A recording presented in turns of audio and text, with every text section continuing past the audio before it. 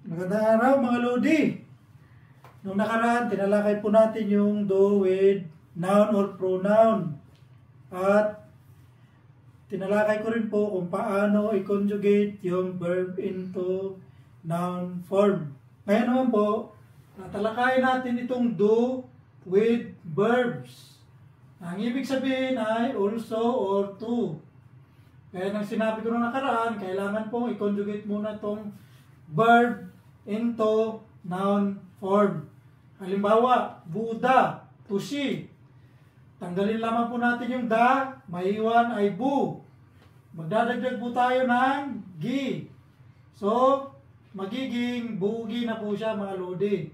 Noun form na po na to. Pinakasimple po to at pinaka-common. Ngayon naman, tatalakayin po natin yung do with verbs. Ganito lang po ang gagawin natin mga Lodi. Dagdagan natin yung ng gi, yung verb stem, and then magdagdag po tayo ng to hada. For example, karutsida, to teach. Okay? Tanggalin natin yung da, kunin natin yung verb stem, mag-add tayo ng gi para maging noun yung verb, plus mag-add tayo ng to hada. Ganito na po siya. Pag pinagsama-sama mga Lodi, karutsigido hada. Okay? Example sentence. 저는 영어를 가르치기도 해요. I also teach English. Nagtuturo din po ako ng English. Pero sa totoong buhay, hindi po ako nagtuturo mga Lodi. Mahinang nilalang po ako sa English.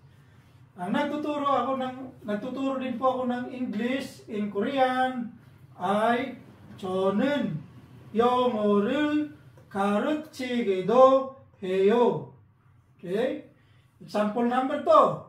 고치다, to fix. Tanggalin natin yung da, kunin natin yung verb stem, kutsi na lang maiwan. Magdagdag tayo ng gi para maging noun siya. Plus, magdagdag po tayo ng tuwada. Ganito na po siya pag pinagsama-sama. Kutsigido hada. Okay? Example sentence. 저는 컴퓨터를 고치기도 해요. I also fix computers. Nagkukumpuni din po ako ng computer. In Korean, 저는 컴퓨터를 고치기도 해요. 저는 컴퓨터를 고치기도 해요. Example number 3. 마시다, to drink. Okay? Tanggalin natin yung da, maiwan verb stem. Mag-add tayo ng gi para maging noun siya. Tapos, mag-add tayo ng tuwada. Ganito na po siya pag pinagsama-sama mga Lodi. Masigido hada. Ngayon, dumako tayo sa sentence. Example sentence. Ito po siya. 아버지는 술을 마시기도 해요. My father also drink alcohol. Umiinom din po ng alak ang aking tatay.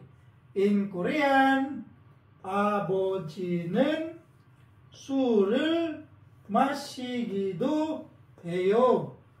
아버지는 술을 마시기도 해요. Yan lang po mga Lodi. Sana may natutunan po kayong konti. Maraming salamat po sa inyo.